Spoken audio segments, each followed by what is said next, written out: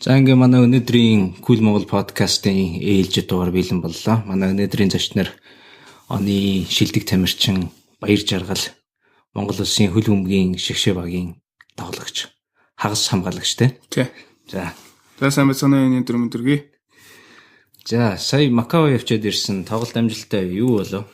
Макаос Малайз явсан байгаа. Малайзын Кучин гээд арал руу хот руу явсан байгаа. Тэгээд Бээжинд 14 оны бэлтгэл хийж агаад тэгээд яг хав амжилттай болоод ирсэн ч гэсэн нэг ойролцоогоор л ранка бол нэлийн дээшлсэн гэж бодож байна. Тэгээд нэг хожиж 2 хожигдоод хэсэгтээ 3-т ороод тасагч урж ирсэн. Ямар төрлийн тэмцээн байсан тэр чинь? За энэ нь болохоор Solidarity Cup гэдэг нөгөө эв нэгдлийн цом Азийн хөлбөмбөгийн холбооны нөгөө нэг ерөнхийлөгчийн эв нэгдлийн цом гэдэг одоо нөгөө нэг ранк доогоор байгаа улсуудын хооронд айгүй нөгөө нэг тэр улсын тэмцээнүүд нь болохоор одоо дэлхийн аврал урдсан шатны эхний тойрог тоглоод малтарчд болохоор нөгөө нэг тоглолт нь баг байдаг хөөх. Тийм болохоор тэр тоглолтыг олон болох үүднээс аль болох нөгөө нэг хооронд нь олон тоглож бас хооронд нь нэг өрсөлдөө үүсэх шугамар тийм тэмцээсэн баг. Зөв. Тэгээ хэр олон орны тамирчид оролцсон. За эхэндээ бол хэдэн улсад хоорондоо үзсэн юм. Ер нь бол эхлээд 9 улс байсан.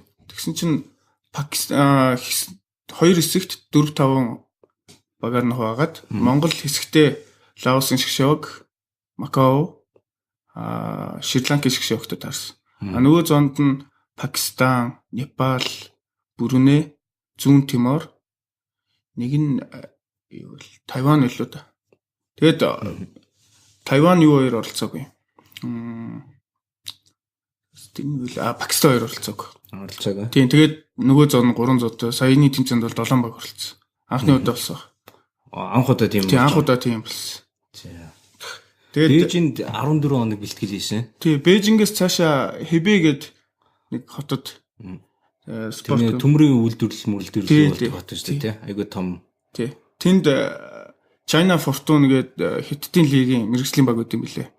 Тэр багийн бэлтгэл хийдэг бэлтгэлийн бааз дээр нь очиж бэлтгэл 14 хоног эрчимжүүлсэн бэлтгэл хийсэн байна.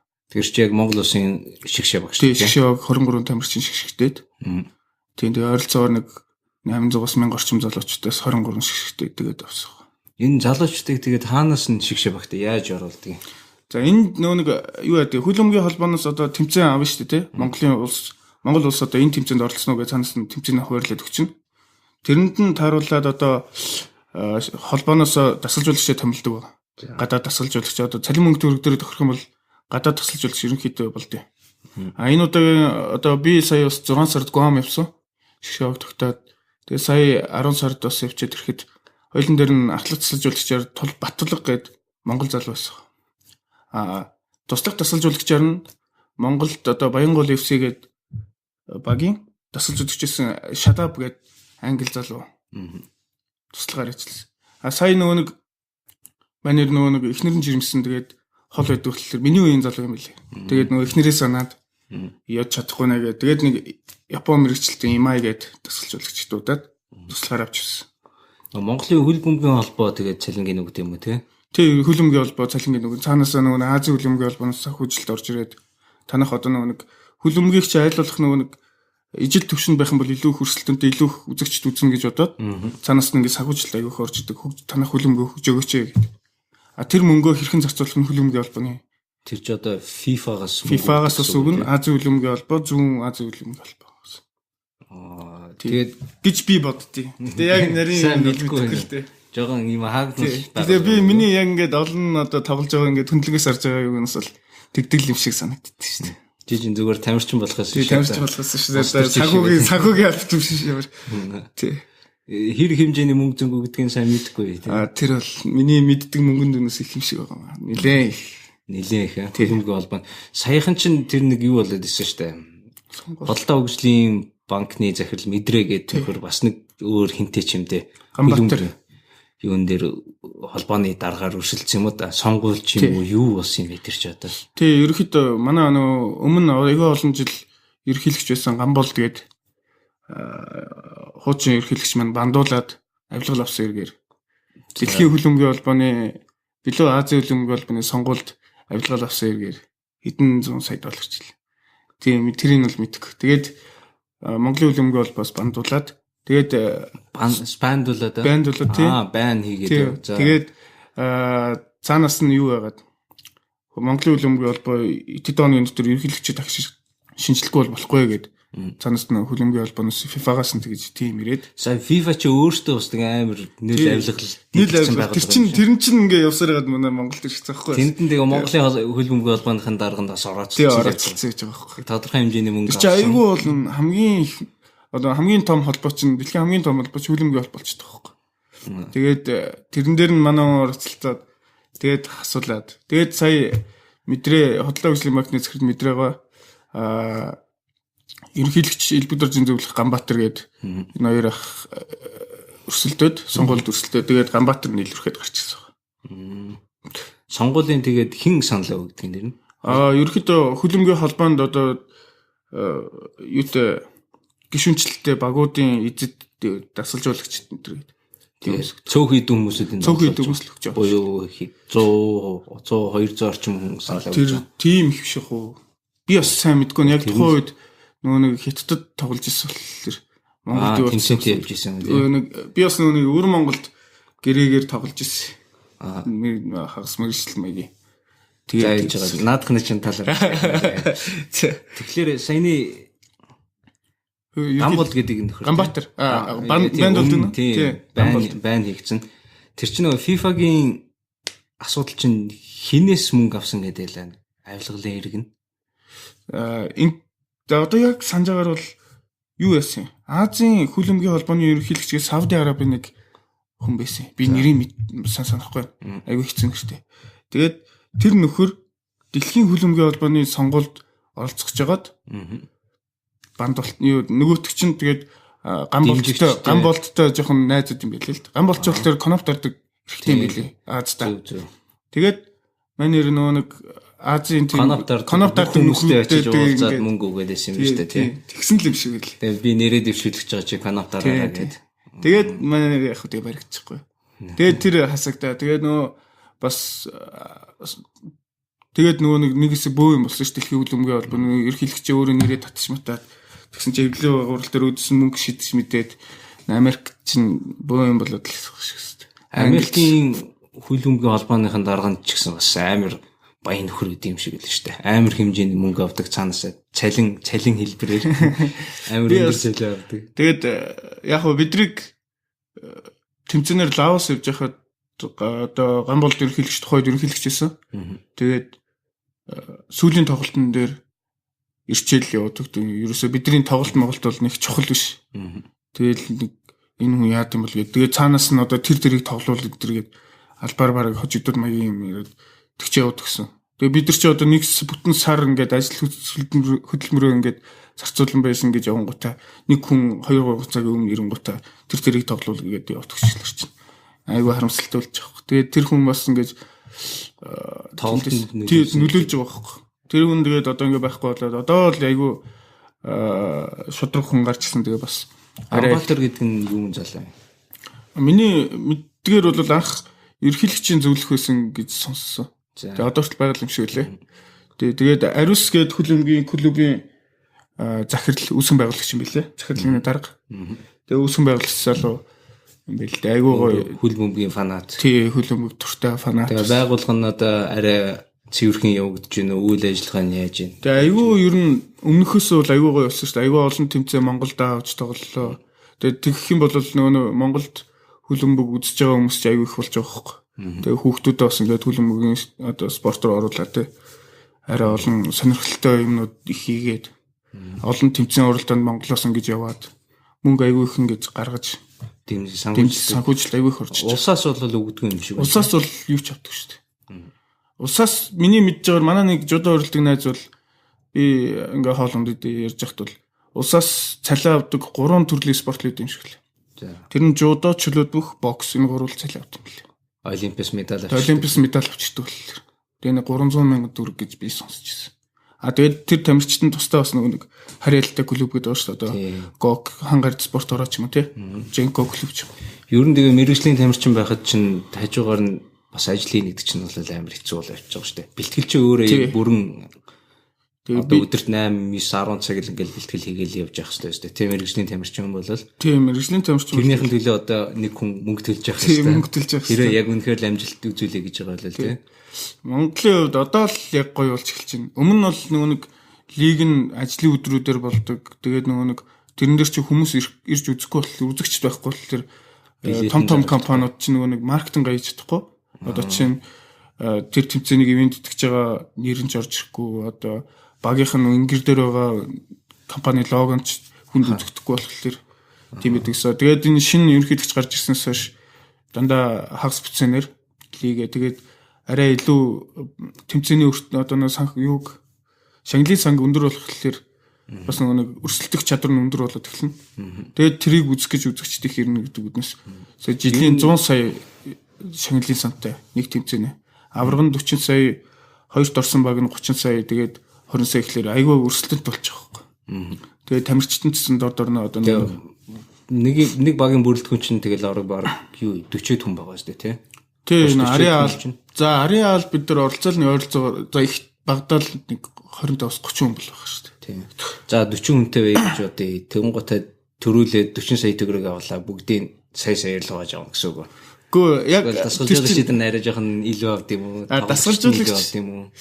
За би түрүү жил манайх анхны тэр одоо 10 онц гэдэг компани хөрхрээ брэнд пивний ивент тэгээд одоо шагналын сан 100 сая төгрөг болоход манайх 2 дороо 30 сая төгрөг авчихсан. Тэгэхэд бол аль баг тоглож байсан. FC Улаанбаатар гэх баг тоглож байсан. Тийм тэгээ бид нар гадаад нөгөө нэг Япон тамирчин 4 хүн. Тэгээд талбай дээр байсан 7 Монгол тамирчин. Тэгээд энэ 7 тамирчин болохоор хамгийн их нөгөө нэг минут тоглосон, хамгийн их гол хийсэн, ассист хийсэн гэдгээрээ хамгийн их өндөр цал авч байгаа хөөх. Тэр дунд нь бас би байсан. Тэгээд нөгөө нэг баг дундаа бас нөгөө шилдэг тамирчин гэдэг юу аваад шагнал аваад тэгээд нөгөө нэг хамгийн их үзүүлэлттэй нь би гарсан тэр хамгийн их нь бол баг би авсан баг. Нэг ойролцоогоор 5 орчим сая төгрөг авсан байгаа. А тэгээд нөгөө хүмүүсээ гэхдээ тэгэл баг бүтэн сезон бүтэн үйлрэлээр ингээл тоглож. Тэгээд зөвхөн шагналын сангаас л та. Тийм шагналын сангаас. Тэгээд тусдаа бас цалин гэж бас байгаа.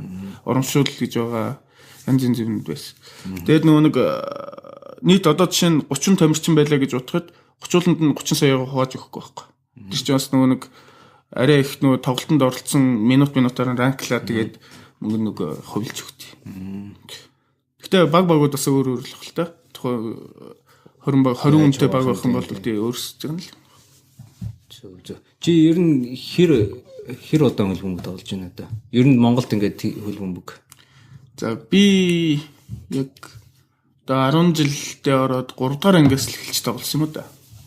Тийм тэгэхээр чинь одоо нэг 11-тэйгээс тоглож эхэлсэн юм байна. Анх яг нөгөө нэг тухайн үед чинь бидрийг жоохон байхад бол бөглөөнүүдэл нэг байрны хүүхдүүд хийх юмгүй зуны амралт монголтаар нэг тэгэл байждаг гэсэн. Тэгээд байрныхаа хоёр найзтайгаа одоо нэг нь Зин Давиш гээд бас шгшөөгийн тамирчин байгаа. Тэгээ бас нэг Баска гээд манай найзууд бид гурав ингээ байрны урд зүгээр л нэг хийцгүү тэгээд нэг жоох хүүхдүүд шиг байрныхаа болон тэгэл суучсан нэг залуу хурж ирээд хөлөмөг тоглох уу гээд тэгэл нэг анх тэгж тоглож ирсэн. Тэгээд тоглоход бол би нэг тийм бас сайн байгаагүй. Яг манай Зиндэ Баска өөрөө аягүй сайн байсан. Тэгээ би нэг хоромхон клубт одоо харьяалагдаад одоо тэнцэн зүгээр жилээ цагаараа хөлөмөг бөмбөг өшгөлдөг. Тийм байж байгаа. Тэгээ 6 дахь сургууль дээр ирсэн чинь 6 дахь сургуулиас хөлөмгийн одоо сэгцэх юм да дугуулантай болсон байсан. Тэгэл дугуул 11 12-тай л байсан. Тий 12-тай дөнгөж нэг хичээл тий.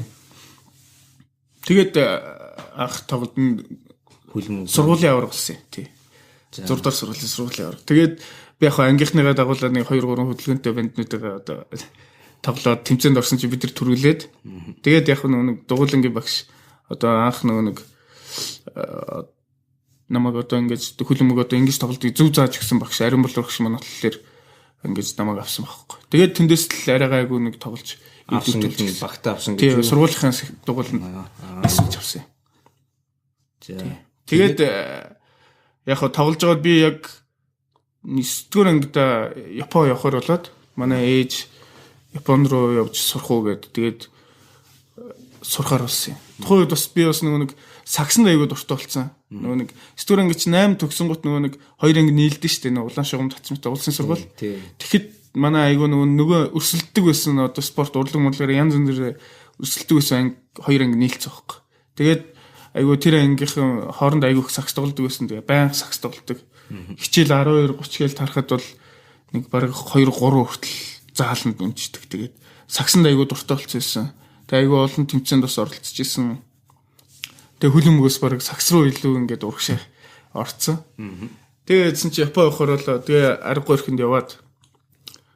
Тэгээ Япон явдаг яг жилийн хаана ямар хот байдсэн?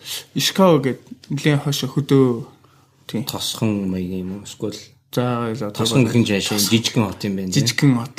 Аймгийн нэг жижигхэн хот. Онгоцны буудлын байдаг. Тэр хойд одоо нэг баруун хойд бүсийн онгоцны буудлын том онгоцны буудлын зэрэгэлдээ нэг онгоцны нийслэлийн сургууль гэсэн. Тийм тэгээд яг Буш үрдэг жил чи 2005 он тий. Жорж Америкийн ерөнхийлөгч 2005 оны 11 сард тий. Яг 11 сард бид нар яг ирдэг өдөр нь би 18 насны улсын шгшээгээр Солонгос явжсэн. Өмнөд Солонгос руу тэмцээнээр.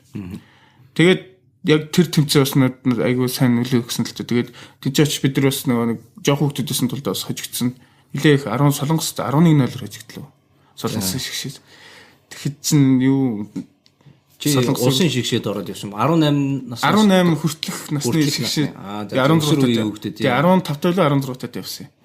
Тэгээд дараа жилийнх нь 2006 оны 3 сард нь би Япон явах шалгалтанд тэнцээд 6 сард нь би Япон явсан. Тэгээд Япон яваад очиход зүгээр хичээл сурах одоо нэг сурлагын юу юм сургуульд явсан байх тийм зүгээр л сургууль хөлбөмбөг ямар ч хамаагүйгээр явсан байхгүй. Тэгээ очиод ингээд хөлбөмбөг заавалч нэг сурагч болгоныг клубд заавалч хариалгах хэрэгтэй гэд тэр сургууль аягүй олон клубтэй жудо, рагби, сакс одоо ширээний тест гэд янз янз бүжиг мүжиг гэд янз янз бүгдээр спортоор хичээлэх хэрэгтэй. Заавалч нэг юмд хариалгах хэрэгтэй гэд. Тэгээ би хөлбөмбөгт орё гэдгсэн чи хөлбөмбөгийнх нь байр нь сургуулиас сургууль оюутны байр хоёроос 40 минутаар автобусаар явдаг тийм зайд байдаг. Дандаа эрчимжүүлсэн бэлтгэл хийдэг. Тэгээд чамаагч бараг авахгүй байх тэгээд тэгэхээр би ингээд 2000 түрүү жил ингээд Солонгост ингээд шгшээ угаасаа ингээд тэмцээнд Азийн аврах шалралт тэмцээнд орж исэн маань тэр гэдгсэн чинь намайг хайгаад нэрэнгээс орж исэн байна гээд. Тэгээд намайг шалгая гээд. Тэгээд би тэр болтол айгүй хугацаа шаардсан бас 2 сар өнгөрсөн баха. Тэр нөгөө заавалч хичээл тарсны дараа заавалч нэг юм хийх ёстой гэдэг нөгөө байрнаас гаргацдаг. Тэгээ би тэр оронд рагби тоглоод, сакс тоглоод, жудо модоор оролдоод нэг заавалч нэг юм хийхгүй болохгүй. Тэгээд аюу хөдөлгөөний өсөлттэй чийсэн тэгэл янз янз юм хийгээд исэн чинь нэг өдөр сургуулийнхаа нэг урд нэг зүлгэн талбайтай. Тинчээ дандаа голдуу рагби бэлтгэлээд өгөхгүй. Тэгээд тинчээ нөхөрсөг тоглолттой хөлбөмбөгийн эрдэнгийн хагас өдрөө өглөө чи 7 цагт гараад ирээд хагас өдөрч бол яг унтдаг өдөр байхгүй. Тухайн үед бол тэгээд яхааргүй нойрмог тэгэл босол гарсан. Тэгээ яг үндсэн баг тоглолцоод 2 дугаар багийн дараа нь хоорондоо тоглож ирсэн. Манай сургуулийн. Тэгээд тоглож байхад би намайг ороор гэдэг 15 минут үгүй чи өөрийгөө харуулъя барьцил тасалж болгож байсан байхгүй. Тэр үед тасалж болгож чинь. Тэгээ би азар 15 минутад ороод нэг 3 4 минут болоогүй нэг гол хийсэн. Айгу азтай. Надад яг нэг барьцил хянаа ингээд нэг барьцил залуу пас өгчсэн. Айгу сайн чинь. Тэгээд би гол хийсэн чинь шууд маргааш нэгт өдөр захиралтуудад чи одоо бүх юма баглаад одоо чамаа хичээлээс чөлөө өгч бүх юма баглаад тэгээд юунд хөлбөмбөгийн байрлал яв гээд нүүгээд тэгэхээр би тухайд нөгөө нэг регби сакс хоёрлоо ингээд явж ижсэн болохоор тэр хоёр нь бас аавна гээд нөгөө бин төвний багш клубийн багш нь тэгэхээр би жоохон тухайд нөгөө айгу сэргэлэн цан гаргаад та тэгвэл надаа юу өгөх юм гээд би нөгөө нэг юунес нь хөлбөмбөгийн тасалжуулагчаас нь хэлсэн байхгүй тэгсэн чинь за тэгвэл би чамд сургалтын чинь төлбөрийг хөнгөлж өгье гээд. Тэгээд тэгсэн чинь нөгөө нэг саксны багш нь болохоор би бүр сургалтын юуг нь байхгүй болох чигээд. Тэгсэн чинь хөлбөмбөгийн багш нь за би сургалтын төлбөрийг бүр нойллоод тэгээд даатгал үүдэн шүү дээ. Даатгалын нас нойлно. Эрүүл мэндийн даатгалыг чинь нас нойллоод тэгээд сар болгон чам $50 өгье. Тэгэхээр саксны багш руу харсан чинь доош харцах юм. За тэгээд би хөлбөмбөг рүү орж ирсэн байхгүй. Тэгээд тэнд болохоор өн аялжаад амар авсан шүү дээ. Амар авсан байхгүй. Тэгээд чи хэдээс 15 6 л болж ирсэн. Тэгээд би Тэгвэл бодвол ч амар л тоглосон юм шиг шүү Харин дээ. тийм айгүй азтай л байсан шүү. Тэгээд нөгөө Монголд амьд зүлэг хиймэл зүлэг дээр байнга бэлтгэл хийдэг болохоор тэнд ганцхан хиймэл зүлэг байсан. Тэгээд азар яг хиймэл зүлэг таарад хөлөмгийнх нь болохоор нөгөө нэг юм элсэн талбайд тэхэнд элсэн шорон талбайд бэлтгэл хийдэг. За. Тэгээд амьд зүлгэн дээр айгүй дастун хиймэл зүлгэн дээр дастун билээ Японд байдаг болохоор. Тэгээд би нөгөө нэг хиймэл зүлгэн дээр байнга бэлтгэл хийдэг болохоор тэр нь бас нөлөөлөд айгүй азтай юм байна. Саксны багийнхан тасгалжуулагч нь ч гэсэн чамаг аавь гэдэг ингэж яхахыг бодвол ер нь бол амар хөдөлгөөнтэй л болчихсон. Тийм ер нь айгүй хурдан байсан маань туранхай тийм айгүй хурдан. Би ч одоо тэгээ нөө өндөр байсан 8 дугаар 6 дугаар ангид бол метр 72 мөртэй байсан баха. Тэгээд баг тэрнээс авшигсаагүй шүү дээ. Ер нь тэгэл амар өндөр хөвгт амар өндөр тий айгүй өндөр хөвгт болох чинь гэлээ намайг айгүй дараагийн юм айгүй харсан шүү. Тэгээд хөлөмбөгт очиод айгүй амар их бэлтгэл хийдэг. Хичээл өглөө 8-аас 4 цаг хүртэл ордог. Тэгээд 4 цагаас бид нэр 5 цаг хүртэл байрлалгаа нөгөө бэлтгэлийн бааз руу явдаг. Тэр бааз дээр бэлтгэлийн бааз дээр талбай байж байгаа өглөө 5-аас 4 цаг хүртэл 8-аас 4 цаг. Тэгээд 5 хүртэл нөгөө байрлалгаа явдаг. Байр нь болохоор тэр хөлөмгийн талбай яг далайн эрэг дээр далайн эрэгийн далайн эрэг тэгээд зам тэгээд уул багтаа уулын ингээд тайраад хуучин дунд сургуулийн газрыг ингээд хэсэгчилж хуугаад өрөө болгоцсон дотор өрөө болгоцсон. Тэгээд гадаанаа зүгээр талбайтай. За. Тэгээд айгүй байгаль нь бол айгүй гоё. Бүр ингээд баг кинон дэр гардаг шиг л нэг тийм. Тэгээд тийм газар очивол би ч анх ангид дотор хууч анги байсан байгаа юм чи тэр чинь дотор өрнө. Тэгээд ангид ингээд өрөө тавьсан, телевиз тавьсан. Тэгээд хөргөгчтэй. Тэгээд амар том заална. Амар том заална. Тэгээд нилээн том. Тэгээ нэг хаалан малын хүртэл яг нөгөө нэг хуучнаар юм гүдэг хаалга болгохтой яг нэг ангид л байгаа юм шиг. Ангиас ирээл анги руу орчиж байгаа юм шиг байна. Тэгэл 5 цагаас бэлтгэл эхэлнэ. 5-аас 9 8:30 хүртэл бэлтгэл хийдэг. Өдөр болоо.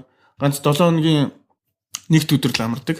Тэгээ хоёр дахь өдөр болохоор дандаа нөгөө нэг барзил огш нь айгүйх нөгөө нэг хүчний физикал тренинг айгүй хийдэг. Тийм л нөгөө бөмбөн дөрөөсөө хөрөлгөө бид нар уулын дээр байдаг ус болохоор айгүй олон давхар шатыг ингэж 7-8 удаа бол наас цааш нь айгүй их гүйлгдэг. Эхэндээ нөгөө нэг бэлтгэл хийхгүй бараг сар хагас бараг жил хагас вийн тэмрийн хичээлэл хийж ийн гэсэн үг шүү дээ тийм хийгээгүй жагаад гинт хийсэн чи очиад нөгөө бөөлж мөөлжээд алигаа алдчихж байгаа юм чинь. Тэгээд эн чинь бараг тоглолт юм уу өнтер гээд намайг нөгөө зарим нэг нь тэгээд нөгөө дээд Японч нөгөө дээд дотл курс ялгаач айгүй өндөр болохоор дээд ангийнх юм бас соёлын юу байна шүү дээ тийм нэг заавалч нэг дээдлийн ангийн хүн тийм үү гэж хэлэхэд тийм л гэж хариулах хэрэгтэй заавалч. Тэгэл чи гүүгээ чи ихэхтэн тэгэл унтсан ч гэсэн заавалч нэг мөлхөөд чамаагүй ингээ урагшаа явах хэрэгтэй. Үнэлэх хэрэгтэй тийм заавалч нэг үнэлэгдэж явах хэрэгтэй. Тэгэл ямар ч тэнхээгүй хөвтцэн байсан ч гэсэн урагшаага ингээ мөлхөөд ингээд тийм харуулж явах хэрэгтэй. Нэг тийм цэргийн маягийн нэг тийм диктатуртай. Тэгээд аюух тийчээ хийж байгаа. Тэгээ гайгүй нөгөө нэг темпэнд ороод тасаад нэг 7 хоног л болж байгаа шүү дээ. Тэгээ ер нь бол нэг тим амир эрчимтэй тасгал ингээд дасах юм. Өө тэр чинь баг сар болсон баха. Нилээ. Өдөр болгон бөөлж илээ. Тэгээ өдөр болгон эхний 7 хоног бол үнэхээр хэцүүсэн. Хар дарсан зүйлс чил. Би яах гэж ороо гэл. Тэгэл нөгөө нэг сарын эцээр $50 авангууд хойд чинь $50 чи аюу хөнгөсөн юм чи тэгэл авангуудаар л юу авах юм гэж боддог. Тэгэл байсан чи яг үнэндээ $50 авангууд нөгөө нэг дэлгүүр байхгүй ойрхон. Уулан дээр л зүгээр байгаа чи уул 72 хооронд амар уураг аваад загас өрөлттэй ш. Тэгээд мөнгө хөрөмтлүүлээд тэгээд нэг байждаг. Тэгээ хагасан бүтсэнд болохоор дандаа өдрийн 2 бэлтгэл хийдэг. Өглөө 9-өөс 12 хүртэл. Тэгээд 12-оос өдрийн хоолоо идчихэд 3 хүртэл унтаад тэгээд 3-аас 6 хүртэл хийдэг. Тэгээд өрөөндөө 6 цагаас усанд орчоод ингээд амарч ангууд нөгөө дээдлийн ангийнхан чинь бид намайг ингээд жоохон дартлах гал хөөрдүүлж мөхөрд нэг хайрлах гал ханд нааш өрөдөр гэж дагуулж байгаа готой фитнес хийлгэж. Тэгээ бүр байхгүй болоо тэгэл нэгтгэд хичээл дээр фитнес хийлгэж нэ. Тий бас нөгөө нэг ахын үг бол тэгэл заалахгүй болохгүй. Тэгээд дээдлийн ангийн хүн одоо юу юм. Тэгээ яг тэ нөгөө ганцаарчих гал заавалч нэг доотлын хүүхдэд дууддаг байхгүй.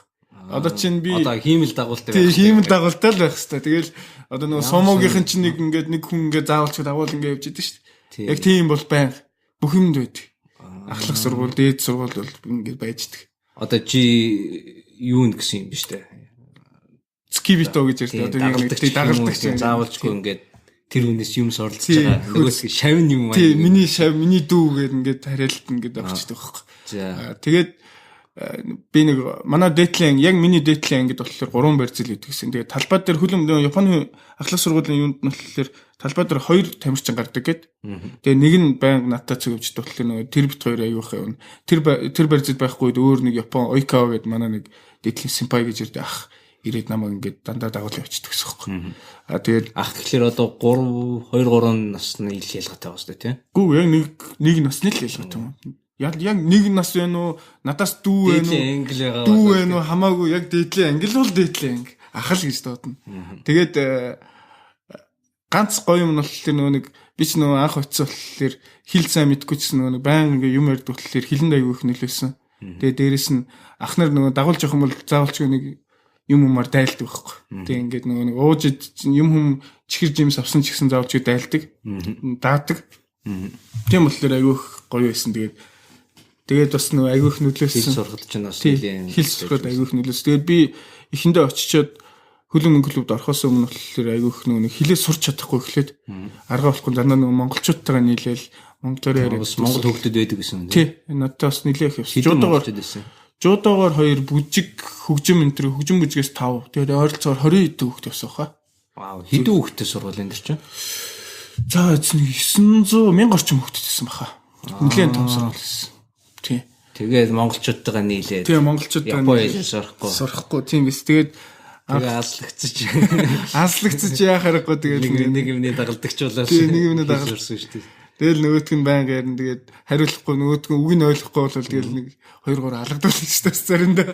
Тэгэл худлаа бас заримдаа ойлгохгүй юм шиг царай гарганаа сэргэлэн нилээ сэргэл тэгэл нуруу муруу өрүүлээл алгадангууд нь зөрүүлээд чанаа өгөл яг. Тэгвэл нөгөө бусад ангийнх нь хурж ирэл. Ерөөсөө болохгүй. Тэр бол ерөөсөө болохгүй. Багшид соёл нь юм бэ. Тий, соёл нь бичигдээгүй хөл байхгүй. Багшид хэлсэн чинь багш намайг шийтгэн чи яагаад тэгж байгаа юм гээд.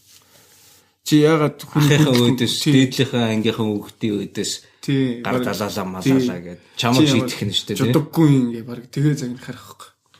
Тэгээд яг ихний жил тэгээд тий ихний жил нөгөө нэг хэл жоохон сурж исэн болохоор нэг тийм амар дарангуул байгаагүй. Тэгээ яг дараагийн жил болгонгод би ч нөгөө доороо юмтай болчихж байгаа байхгүй.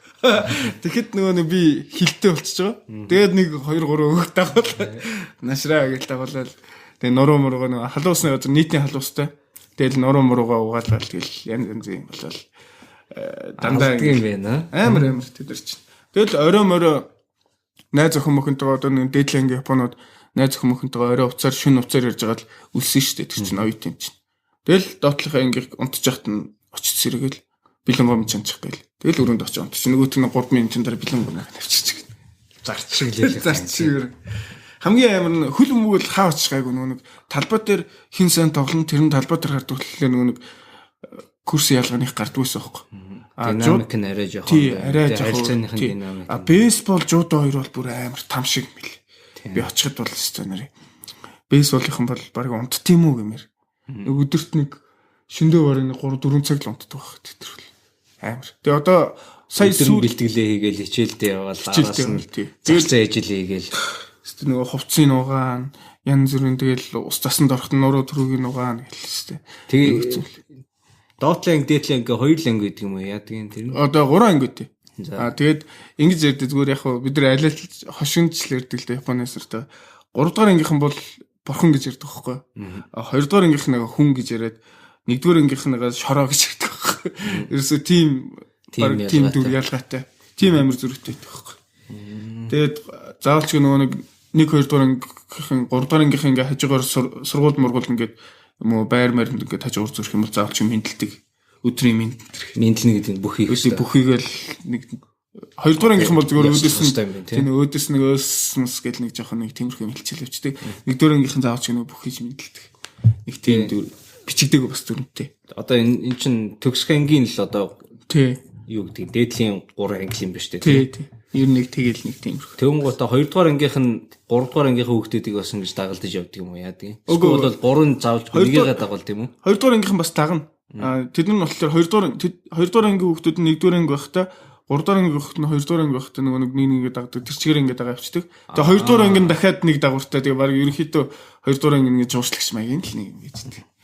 За 3 дугаар ангийнхаа хүүхд нь 2 дугаар ангийн хүүхдийн хэлбэл нөгөөх нь 1 дугаар анги хэлдэг тий. Тэгэл нэгдүгээр үнд үйлчлээ биз дээ. Нэгдүгээр анги болохоор 2 үнд үйлчилж байгаа. Энэ тиймэрхүү. Японд хэдэн жил болов энэ сургуульд? Би 5 жил болсон. 5 жил болсон. Тий. Тэгэд яг сүүлийн 2 жил бол нөгөө нэг яг мэрэгжлийн хичээлээ ороод эхэлсэн болохоор би хөлбөмбөг ороход угаасаа тим байт юм л. Тэгээд хөлбөмбөг ороход би яг юуруу ороод мэрэгжлийнхаа хичээлдээ шандаад тэгээд яасан. Тэгээ хөлбөмбөг бол бүр ерөөсөө огт тоглоогүй.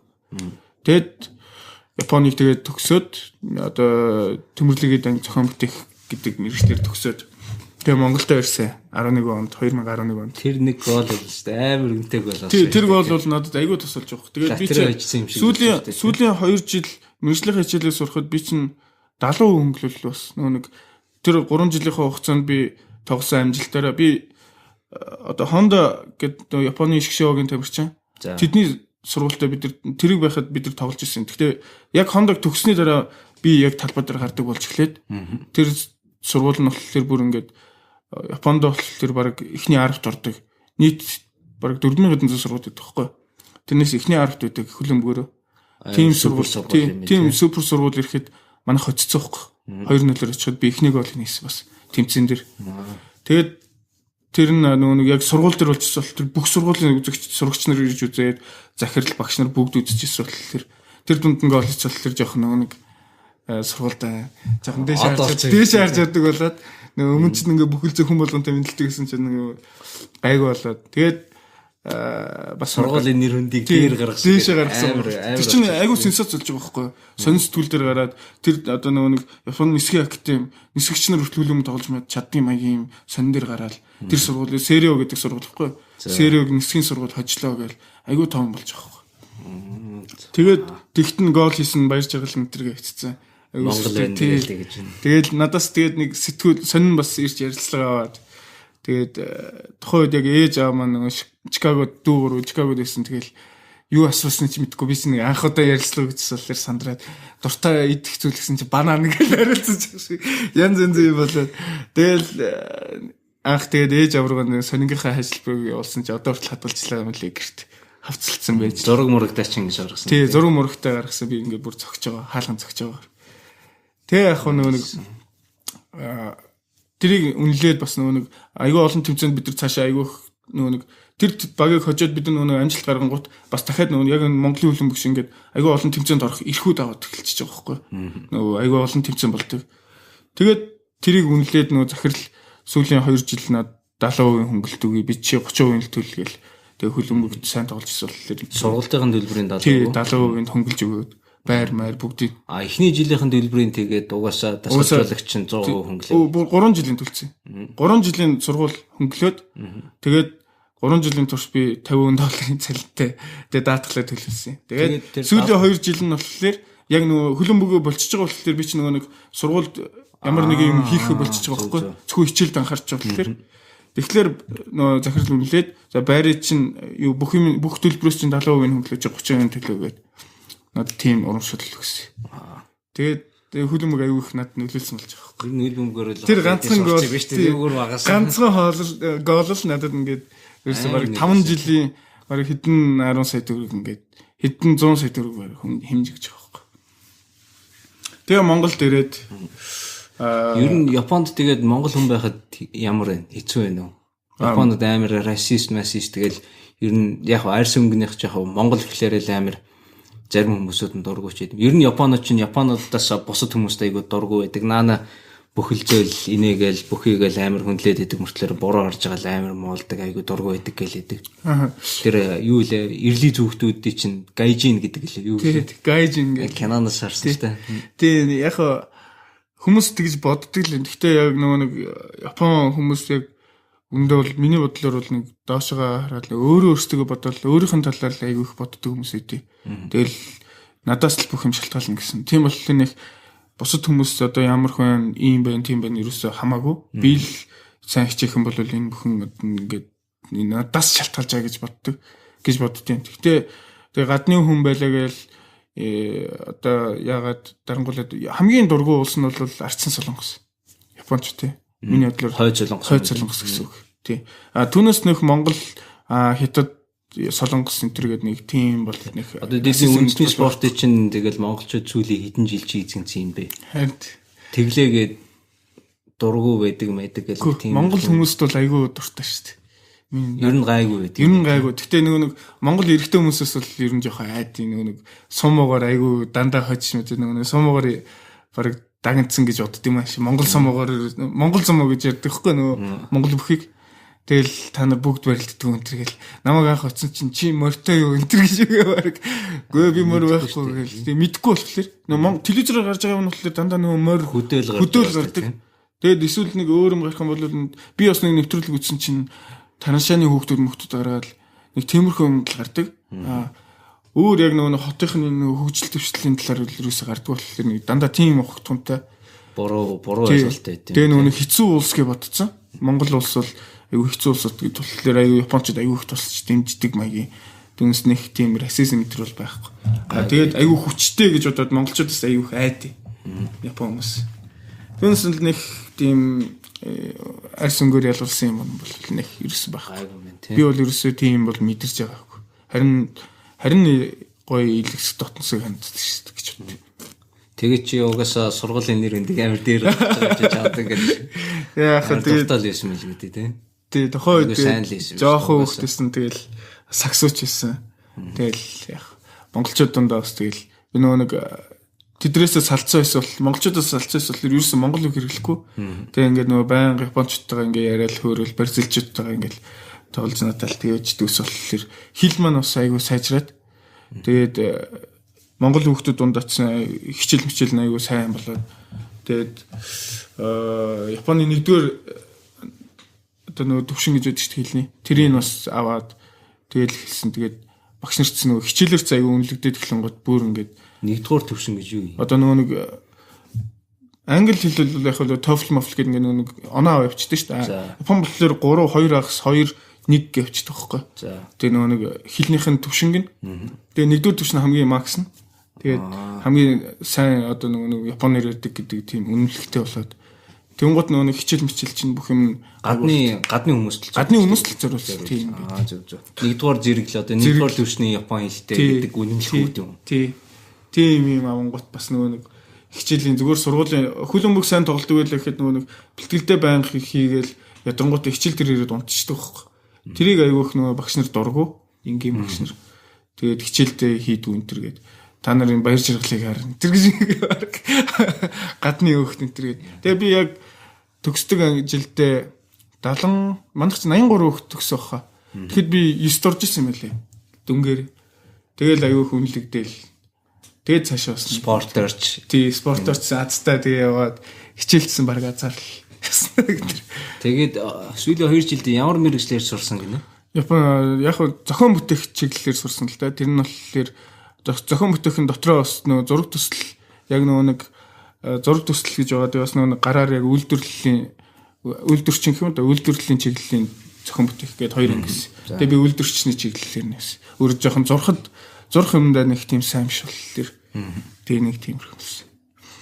Үйлдвэрлэлийн чиглэлээр. Тэгээд нисхийн сургууль гэсэн үү те? Тийм, нисхийн сургуульд. Тэгээд яг хөө би Японд яг ажилд орно гэсэн бодол байсан байхгүй миний хувьд. Эсвэл цаашаа өргөжлүүлээ зүгээр энгийн магистраар сураад одоо нөгөө тэр юуны Ишикавагийн аймгийнх нь нийслэл Каназава гэдэг хотод нь их сургууль байдаг байхгүй. Манайх болохоор Каназавагийн нийслэлээс бас дахиад 2 цаг автобусаар явдаг газар байдаг. Нилээ хол зайтай. Тэгээд би чинь жижигхэн гэж бодоод чи мангар том болж тарж байна. Мангар том. Яг үнэндээ бол амар том. Монголоос бараг том. Ингээ зам нь их болохоор газраар явах юм бол. Тэгээд би Каназавагийн их сургуульд материалуудаа бүрдүүлээд ингээд орё гэж бодож ирсэн яахгүй. Тэгсэн чинь ингээд ажилд орох боломж байна энэ төр гэдэг тэгсэн чинь судлаад үзсэн чинь нисхийн чиглэл чинь болохоор дайн болсноос хойш Япон Америкийн юунд орсон юм. Мэдлэлд орсон. Дайнд ялагдсанаас хойш. Тэгээ нөгөө нэг нисхийн чиглэл үйлдвэрлэдэг юмнууд нь болохоор голцоо нөгөө сөнөгч онгоц энэ төр гээд эсвэл Боингийн чиглэлийнх гээд Боингийн одоо нөгөө нэг их биеийг Японд төгсөрдөг байхгүй үйлдвэрлэдэг. Тэрийг болохоор нөгөө улсаас нь юу яцсан? Тэгээд хамгаалтанд авцсан. Тэгээ нөгөө гадны хүн оруулдаг. Зөвхөн Япон иргэншилтэй хүн ажилд авдаг гээд. Тэгээд би сургуульд орохоор болоод орё гэж бодоод тэгээ өгчсэн чинь Монголдо баг ирээд ажилласан дээр маягийн яриад онц объект гэж явдаг юм байна тий. Онц объект гээд нөгөө батлан хамгаалах маягийн боловчж байгаа байхгүй. Сүнэгч онгоц тий хамгаалтанд ороо авчдаг болохоор тэр Америкийн сүнэгч онгоц эднэр үлддэг. Тий F15 21 энэ үлддэг. Их бие нэлэр үлддэг. Тийм болохоор нөгөө гадны иргэн өгөхгүй нөгөө нууц алдагдуулна гэдэг өгдөг юм бэл. Тэгээд Монгол руу явахаар болоод тэгээд төгсөн гутаа шууд Монголд ирээд ягдээ ирж байна тэгээд. Би яг 22 дээд ирсэн. Яг 3 сарын 14-нд нөгөө газар хөдлөлт болсон шүү дээ. 14-нд 11-нд болсон. Би тэгэхэд 2 сарын 27-нд яг Японоос нааш ирчихсэн байхгүй. 3 сарын 14-нд гэж ямар газар нөгөө цономын болдог жил чинь би нааш ирсэн байхгүй. Яг Японы нөгөө нэг альбомын цэглэгийн станц дэлбэрч мэдрээг. Тэр чи саяхан болоод байгаа. Тий 2002 онд шүү дээ. Биш 11 онд. 11 онд. Тэгвэл саяхан л ирсэн юм тий. Тий саяхан ирсэн. 5 жил юм. Саяхан ч 5 жил. Тэгээд танаа яг чиний байсан газар чинь тэгээд цунами тэр нэрэгцэн. Тэр бол яг ч манайх нөгөө хойд солонгос талаа. Хойд хэсэгтэйсэн. Солонгос давлгаа нь болохоор урдаас орж ирээд Токио талаас одоо Гуам талаас орж ирээд. Тэгээ би бас нэг газар хөдлөлт мэдэрсэн амар юм билээ. Газар хөдлөлт бол нэг тийм басаад ах зүгээр ингээд чичгнээдэг юм бол биш юм билээ. Бидний манай яг тэнд бас нэг тэр газар хөдлөлт болохоос 2 жилийн өмнө 3 жилийн өмнө бас нэг айгүй том газар хөдлөлт болоод 6.7 боллоо. Баалын газар хөдлөлт болоод тэгээ нэг хүн өнгөрсөн. Яг манай тэр хотоос. Тэгэхэд бид нар яг нөгөө бэлтгэлтэй далайн хэрэг дээр нэг амьд зөвлөгөн дээр бид нар тоглолт хийх гээд нөхөрсөг тоглолт хийх гээд би халаалтаа хийжсэн чинь гинт ингээд толгой эргээд байгаа юм шиг санагдаад эргэн төр нь харсан чинь бүгд ингээд газар хөвтцэн. Тэгээ яасан чинь ингээд давлгаа чинь бүр ингээд наашаа гарч ирээд айгүй юм бэл. Тэгээд машин руугаа ороод автобус руугаа ороод ингээд автобус дотор суусч автобус чинь ингээд нөгөө олон хүн болонгот заацсан ихтэй унчих гад. Тэгээ бүгд гараад том талбараа гүгээд айгүй юм бэл. Тэгээ хэдэн минут үргэлжилсэн тэгээд. За 40 секунд үргэлжилсэн хаа. Тэр чинь тэгэл айгүй хурд юмнууд болол бид нар чинь нөгөө бүгдээр харин бэлтгэлтэй үйд юм байна тийм. Айгүй бэлтгэлтэй үйд л дээ. Чамаас босна чи. Би ч нөгөө дагаал иргээд ингээл дагаа өвчж байгаа чи толгой эргээд юу болж байна гээл нөгөө чинь гараалгүйн гот нь гараалгүй гээл буцаж оронгот нь буцаж орсгүй гээл. Тэгэд өрөөндөө ирсэн чинь тэр чинь яг би 3 дахь анги болчихсон юм аа. Тэгээ өрөөндөө орсон чинь нөгөө нэг 3 дахь анги болонгоч айгүй их нөгөө нэг юмнуудтай болчдөг. Шүүгээ мүгэн 2 3 мөр болоод нөгөө нэгдүгээр ангих нүгдэг хангамж юм. Үгүй нэгдүгээр ангих нэг гацчих байгаа. Тэгс нөгөө нэг телевизээ шүүгээ мүгэ бүгдийг аваад биш нөгөө өөрөө PlayStation 2-тай. Тэгээ ингээ шүүгээ PlayStation 2 байж болдгоо дотор барина. Тэгээ нөгөө шүүгээгээ ингээд талын тайраад тэгээ ингээ дээдлийн ном болонго дотор нь телевизэр тавьчихсан. PlayStation тавьчихсан. Тэгээ орноосоо тоглож идэг тийм завц чилээцээрээ тоглодог. Тийм л цаг өнгөрөөд гэсэн чинь. Тэр мэр чинь ингээ бүгд унаад нөгөө хагарцсан. Тэгээд би нөгөө телевизэр рүү ямар өөртөө газар хөдлөлтөнд дууралтай биш. Тэгээд доод ангийнхан руугаа цэвэрлэл мөрлөгээд. Тэгэл нэг тиймэрхүү болсон. Тэр бол амар юм бэл. Орон дээр унтчихсан хөвгт чинь 2 дахь ор өгдөг хгүй. Тэрнээс уунж юмсан гэж юм чи. Тэгэл заастаа газар хөдлөлт амар юм гээд. 3 дугаар ангид чинь нэр хідэн дагуултай байсан. Би 3 дугаар ангидаа нэг Жовани гээд Барзил зал байсан. Тэр нь болохоор нөгөө хил мэл сайн мэдгүй. Намайг нөгөө нэг хил мэдгүй байхад манай дээдлийн ангийн 2 3 нөгөө нэг айгүйх тусалж дэмжижсэн болохоор би бас нөгөө тэр Барзил гэдэг үднэс айгүйх дэмждэг. Тэгээ Жовани гээд байсан. Немото гээд нэг бас нэг Япон байсан. Тэр нэг 2 Японтой. Тэгээ тэр нь доошоо тэгээ хэлцэлжлээ шүү дээ. Ерөнхийдөө бол тэгэл баг найзлах төвшөнд л байдаг юм аа тийм. Тий, ерөнхийдөө найзлах төвшөнд. Гэхдээ чиний зар маягийн зарч маягаар тийм юм хийгэн гот нөгөө дэлж хийгээд тийм тэгэл нэг тийм би нэг дэмжсэн маягтай л байдаг юм байна шүү дээ тийм бас яг зарч гэх нь хаашаа зарч гэх нь хаашаа тэгээ бас муухай тэгж харьцдаг хүмүүс байдаг л хэлгээд тийм тэр жуудо бейсбол энэ төр бол амар тэрийг бол барыг яриад ирэх. Одоо тэгээд нөгөө нэг бейсбол сая 3 жилийн өмнө нөө 4 жилийн өмнө нэг тийм хэрэг гараад нэг хүүхэд өнгөрсөн ч үлээ би бас мартчихшээ өөд болсон ч үлээ. Тийм сумуудаар насварсан бэлтгэл хийж байгаа бага ангийн биш юу үлээ. Анхаа шатнах ч үлээ нэг. Бейсбол дээр бас нэг тийм болсон. Айгүй том нөгөө нэг улсынхаа айгүй олон аварга болоод нөгөө айгүй мэрэгжлийн олон тамирчин нөгөө сурвалжсаа төрүүлдэг тийм баг нэг хүүхэд өнгөрчлөө ячлаа. Тэгээд яагаад гэсэн чи тийм нөгөө дарангуудлаас болоод нөгөө нэг зарладаг байснаас болоод нөгөө нь амиа орлоод тэгээд нөгөө гэрээсэл дээр нэг тиймэрхүү юм бичсэн байж байгаа. Тэгээд тийм нэг юусоо болсон юм шиг л. Одоо тийм байх. Амар бол байха болцсон. Зүгээр л ингээд нөгөө нэг дагуулад ингээд нэг цуг явж юм, таньдаа явж юм. Сэтгэл санааны дарамт ерөнхийдөө бол дарамтлахыг ер нь одоо болж Японч тэгэл амиа оролт бас амар шүү дээ. Өөр оймоо байдаг юм л шүү дээ. Оймоо хатмад тий. Би бас нэг амиа оролдог газар гээд амар шүү дээ тэр чинь. Стэнэр айгүй амар шүү бэл. Тий. Би бас нэг гүйж нэг хад руу гарсан чинь замд нөгөө нэг жирийн өөртөө бэлтгэлээ хийгээд нэг өдөр чөлөө гаргацсан хгүй. Тэгээ би найзтайгаа зүг нэг жоохон холын зөнд кроссонд гүйгээд нэг уул руу гараад гүйсэн чинь замд ингээд эц төрүүлж өгсөн эцэг хийгээ бодмод гэдэг ингээд самбар тавьчихсан бичсэн. Тэгээ юу юм бол гээд би ч нөө тухайд мэдэхгүй юм чинь энэ хүн амиа оролдог гэдэг мэдэхгүй. Далаар өсөрт юм билээ л. Тэгээд хадруу дэше гараад хадруу дэше гарч байгаа далаар өсөрчдөг. За. Тэгээд ингээд дахиад явж исэн чинь хань нийслээ бодмод ингээд янз янз бичсэн. Бити баг амиа орол би 9 замаараа боцсон үсгээд баахан тэмдэгнээ. Тийм нэг тавьчихсан. Тэгсэн чинь тэр тийм амиа оролдог спот юм бэл. Нөгөөд нь бушуухан бууж байгаа юм чинь. За бүү. Эвгүй юм те. Эвгүй юм бэл. Тэгээд ингээд харанхуу модон дундаас ингээд ийм эвгүй бичгнүүд гараад ирсэн. Тэгээд нөгөөт нь ингээд аалсан шүсмэс болцсон эвгүй. Бас л эвгүй юм бэл. Сүнс байж байгаа гэж бодсон. Харин тиймэрхүү юм байж байгаа гэж одоо зүгээр бушуухан гарч байгаа юм чинь. Манай уушаал. За тэгээд Японоос буцаж ирээд 2011 оны үед те. Тий 11 онд буцаж ирээд. Би нөгөө нэг яг Японд байхдаа 2007 онд зуныхаа амралтаар 1 сар Монголд ирсэн. Тэгэхэд анх Монголын одоо энэ тухайд ямар лиг гэлээ нийслэл лиг байсан баха.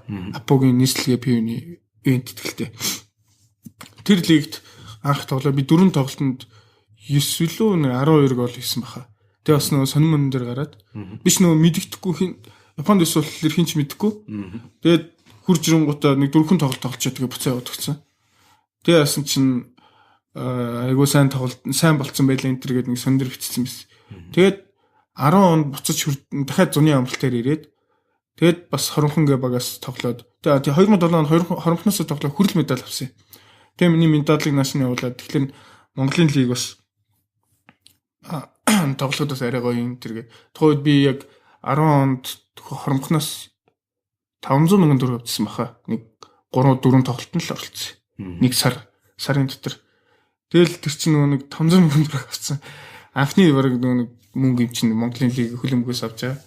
Тэгээ бодоодсэн чинь айгу. Тэгээд жоохон ч биш тэгээ 10 онд чинь 500 мянган төгрөг өрөөс дуусахгүй. Юу ч их өдөр нэг хоол идэн тэгэл нэг жавна. Өөр чи юу ийлээ. Тэгэл найзуудтайгаа лагер магераар яваад үрээлсэн тийм дэрэгснэ гээ. Ич тэгэхэд тэгээ 10 онд чинь нас 20 өрөөгөө гэсэн. Тэгэл ууж идэлгээл ягаал шоуд шмуудал тэгээд яхад л ерөөс дуусахгүй юм чинь. Тэгээ за бүр сүлэргөө болигээд найзартай үлдээ гэдэг байсан шүү дээ. 80 орчим мянган төгрөг үлдсэн баха. Аас бүгдийг нэрсэн шүү. Тэгээ бүгдийг нэрсэн. Тэгээд тэр чинь нөгөө нэг тоглолт зүгээр баг чөлөө цагаар олчиж байгаа юм чинь тухайн үед оюутан байсан юм чинь. Тэгээд найз нартайгаа нилээн наргсан. Тэгэл тэгээ 11 онд ирсэн юм аа. Тэгээд ирсэн чинь манай 10 жилийн анги маань одоо багаас бас цуг хөлбөмбөд байгуулсан амар төвшингээ банд нэг шинэ баг байгуулагдж байгаа FC Улаанбаатар гээд мөнхөө хотын дарга мөн хоёр тухайд хотын дарга байсан. Мөн хоёр энэ санаачлагтайгаар ийм FC Улаанбаатар гээд баг байгуулагдж байгаа. Тэгээд энэ багийн одоо ID-г нь гаргасан нэг Ганбаатар гээд ах байгаа гээд. Тэгээ орж улцсан тухайд бизнес хөгжлийн төвийн дарга байсан. Тэгээд орж улцсан чинь шууд ахын чамд тэдэн дүүргийн цалин өгье. Тэгээд баг тоглож байгаа. Тэгээ би ч нэг дөнгөж ирээд баг нөгөөдөр нь лөө Монголд ирээд нөгөөдөрнөөс айгүй хөтөн байсан. Тэгэл өрөнд нь ороод үгүй чилж чадахгүй тийчилж чадахгүй тэгэл гэрэн дээр гарс зурвал тэгэл тоглосон. Эхний жилдээ бид нэр шууд авраг аваад хоёр Арслан Солонгос мэргэжлийн тамирч ирсэн. Тэрний нэг нь болохоор 2010 оны Өмнөд Африкт болсон дэлхийн аврагт оролцсон Арслан Солонгосын бүрэлдэхүүнд явсан залуу. Тэр улсын шгшээ багийн айгүй тоглогч байсан шүү дээ. Тэр хоёр чинь сарын $2000 тухайн үед 11 онд $2000 цалинтай бол амар байсан аахгүй. Улсаас авд юм тий. Үгүй манай багаас тэр бид нар нөгөө нэг мөнгө босгосон аахгүй. FC Улаанбаатар гээд хандийн сан нэлгээд тэгээд нөгөө нэг янз бүрийн нөлөө бүхэн хүмүүсээс хандив аваад тэгээд тэр мөнгө босгоод тэгээд бас нөгөө нэг 2-3 хөрөнгө оруулагч хүмүүстэй компаниудаа уулзч хөрөнгө оруулалт болоод тэгээд Ардсан Солонгос 2 тамирч аваад тэгээд анхныхаа жил авраг аваад нэг тамирч өгөхгүй байгааз.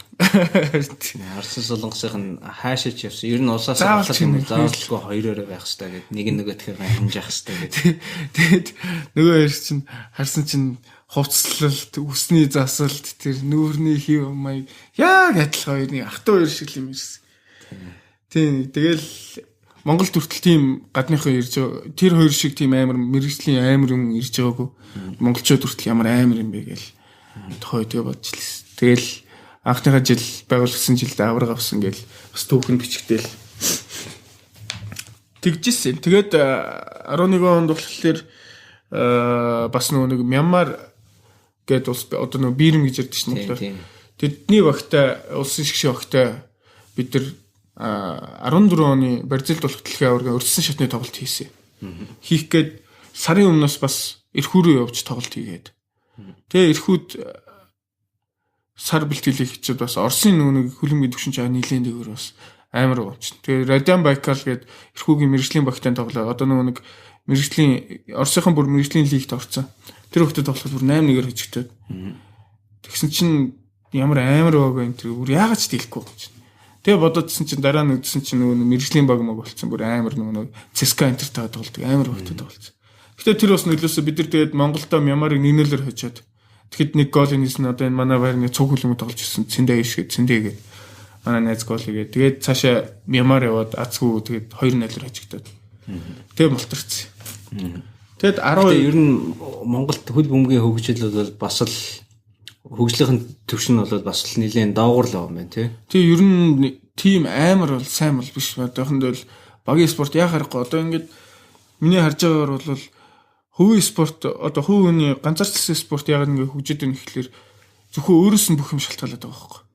Ганцхан одоо тэр хүн одоо баяр жаргал гэдэг би хэр их хичээн хэр их авьяастай байна тэгэх юм бол надаас л шалтгаалаад одоо жудо бокс жилөт энэ ингээд явчих واخ. Хөлбөмбөг гэхэлэр Монгол хүмүүсийн одоо ингээд ер нь нэг олвол би гэдэг үзэл хүнтэй шүү дээ. Яг Монголоос гадагшаа гараагүй одоо энэ Монголдо өсч төмсөн хүмүүс бол би болж ивэл болоо тэр гэсэн нэг тийм одоо машин барьж явах ч гэсэн ингээл би л болж ивэл амиа гараад тий амиа гараад гэх юм уу та тий өөрийгөө ботсон хуваа хийчихсэн. Тэг бас арай тэгж бас мэлж монголжлох байна. Гэтэ яг зүгээр багийн спорт тоглолцоороо арай одоохондоо болоо жоохон ондоо байна гэж хэлдэг байна. Харах үнцгэн гэх юм уу та. Тийм нь арай болоогүй. Хандлага нь тий. Тийм болохоор багийн спорт арай хөгжихгүй байгаа юм болов гэж. Тэгээ бас юутэй мөнгө төгрөг санхүүжилт нартай айгүй холбоотой байна шүү дээ. Тий санхүү бас холбоотой мэдээж чинь бид нар Мянмарт Лаост очиход гэрээ ихэд $5,000 авдаг. Тэгээд цалингаа хэдэн мянган нэгээс $3,000 хооронд зүгээр дундаж цалин тийм авдаг гэж байгаа юм. Тэгэхээр чинь Монгол тэрвээ тийм цалин авах юм бол ажил хийгээд авах шаардлага байхгүй шүү дээ. Тэгэл хөлбөмбөг тоглоал өглөө нь бас хоолундаа идэх хоолундын юмд зохицуулаад тэгэл бэлтгэлээ гээл хагас бицэндээ тоглолтоо хийгээл тэгэл гэр өглөж цагаар нөхцөгөөд явах юм бол ер нь бол мөнгөтэй болоо шууд холбоотой юм тийм спортын хөгжил нь. Чинь нэгдүгээр дэд бүтц рүү орж байгаа. Тэгээ хүүхдүүд чинь бүр багаас нь одоо чиний тэр Японд сурж исэн сургууль шиг яг бэлтгэл мэлтгэлийн нэг өдөр болгон хийлгээд тийм сургуультаа, заалтаа, дотор байртай, хөлбөмбөгийн талбайтай сайн дасгалжуулагч нартай зөвхөн хөлбөмбөгийн дасгалжуулагч биш бас биеийн хөгжлийн одоо энэ physical therapy, physical fitness гээл weightlifting хийгээл гүүгээл янз бүрийн бэлтгэл дасгал эдэр хийж байгаа. Энэ бүгд чинь бол айгүй их мөнгө шаардж байгаа. Энэ их мөнгө чинь хаанаас авах вэ гэхээр нэг бол олон улсын хөлбөмбөгийн албанаас фибагаас эсвэл Азийн хөлбөмбөгийн албанаас. Тий, Азийн хөлбөмбөгийн албанаас. Эсвэл бол улсаас өгнө. Хэрвээ яг спорт нь ингээд айгүй олон үзэгчтэй байсан бол бас үзэгчдээс билет зарах, жерсига зарах иймэрхүү орлогоодаас бас болж байгаа шүү дээ, тий. Тэгээд хэрвээ хөрөнгө оруулалт нь өндөр болоод тамирчин их цалин аваад ирэх юм бол тэр чинь бас хүүхдүүдийн одоо нөгөө хүсэл мөрөөдөл болоо тий. Би тэр тамирчин шиг бас ингэж тоглолтог болж ийм их мөнгө авч одоо нэг ажлын байр болчихж байгаа байхгүй тэр чинь. Мэргэжлийн баг тамирчин болчих юм бол ажлын байр болоод тэр чинь бас тодорхой хэмжээний хүмүүсийн оронтой ажлын оронтой гаргаад ирчих байгаа байхгүй.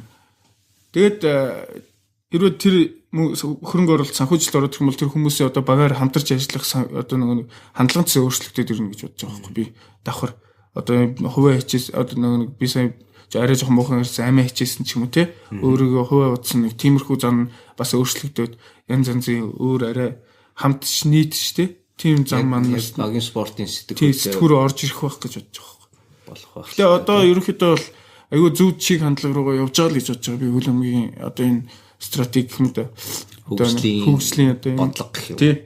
Тэр нь бол айгүй зөв болж байгаа. Одоо жишээ нь түрүү жил заалны футзалны Азийн авар шалралт урдсан шатны зүүн Азийн авар шалралт урдсан шатны тэмцээнд би өөрөө тоглож исэн. Тэгээд Ярмигийн ордон тоглоход 4 хүн үзэж яхад тэр бол мэдээж хүмүүсийн анхаарлын төвдлөг байгаа байхгүй. Тэгээд тэн дунд бол за нэг 10 хүний дунд нэг нь бол тодорхой хэмжээний хөрөнгө оруулалт хийчих боломжтой хүн байгаа байхгүй. Тэгэд бид нар яг зөв юм руугаа ороод ирэх юм бол тэр 10 хүний дунд нэг нь одоо юу юм бэ? Хөрөнгө оруулалт 100,000 төгрөгч болтгоо ингээд хийгээд явах юм бол тэрнгээрээ одоо бид нар дахиад нэг яг хөлбөмбөгийн тусгай заал барих юм бол тээ. Тэнцэнэ хүүхдүүдэд сургалт одоо жишээ нь янз бүрийн юм хийхэд тэр бол тодорхой хэмжээний юм болох л байна гэж бодчих. Тэгээд Jersey Mersey зараал тэгээд хөлбөмбөгийнхаа одоо чи бол хөлбөмбөгийн нэг одл юм байна шүү дээ тий. Оны мэрэгжлийн тамирчин Японд одолж исэн. Тэгтээ бас гоё юм байлээ. Ингээд жижигхэн кофе шоп мовт ингээд хүүхдүүд нөгөө хичээлэн тарцсан ингээд сууж яхад хичээлэн тарцсан байж яхад одоо хабаах шүү дээ. Тэргээд ингээд сонсонгот айгүй гоё сонсогч байгаа байхгүй. Бас мэдж байгаа юм даа гэл. Тэгтээ Монголд бол одоохондоо од гэж бол байхгүй л гэж боддоо шүү дээ. Монголд бол давагдоржоос өөр од бол байхгүй л гэж боддоо. Спортын одоо. Тий, спортын од бол. Тэгэл давагдоржийг дэлхийд хаанч утсан хүмүүс таньжлах байхгүй. Хин бол Төвшинбаяр аврагаас нийлээ одоо. Төвшинбаяр аврагаас л. Тэгээ манай чинь одоо яг жудоныхон хүрээндээ. Тий. Арай нэг жоохон entertainment тал руугаа арай байхгүй л байх л та entertainment. Дан одоо нэг жанр нь богдмол болохоор дан гац жудо гэдэг л олимп гэдэг чинь бас нэг олон төрлийн спорт болохоор ганц Төвшинбаяр гэдэг л бас харахгүй байх. Гэхдээ мэдээж тэр одоо жудо чи ямар амар хөгжсөн спорт л үү те. Бас тодорхой хэмжээ мэддэг л багч. Надаас асууж лээсэн. Сүүлд юунд Лаост илүү да тэгэхэд танай энэ айгүй мундаг хүн шүү те гэж Төвшинбаяр аврагын зургийг үзүүлж мэдлээ. Оо мэддэм шүү дээ. Тийм айгүй мундаг Монголын баатар шүү дээ л гэжсэн. Чи за хаалга чи асууж идэрхүү. За одоохон сонсогч төрүүлж байгаа нэг ганц 2 минутын төр завсарлага авах.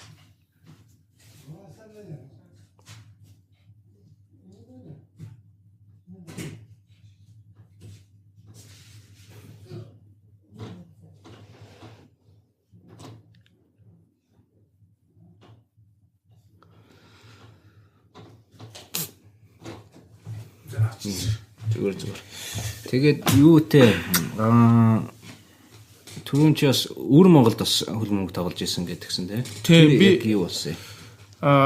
Түрүү жил яг тэгээ нэг заалны футзалаар би нэг солонгосын шгшөөгт 2 гол хийгээд тэгээд бид нар анхны хожлыг Гонконгийг 8-3-аар хожиж авсан. Гонконгийг тий Гонконгийг 8-3-аар тий 8-3-аар тэгээ айгаа түүхэн хожил мөжлгээ. Тэгээд тэр нь интернетээр айгаа их цацагдаад одоо янз бүрийн юмнуудаар цацагдаад тэгээд Өвөр Монголын Шилийн гол аймгийн Шилийн хот гэдэг одоо нэг Наш сар гэдэг хөлбөмбөгийн клуб байт юм билээ.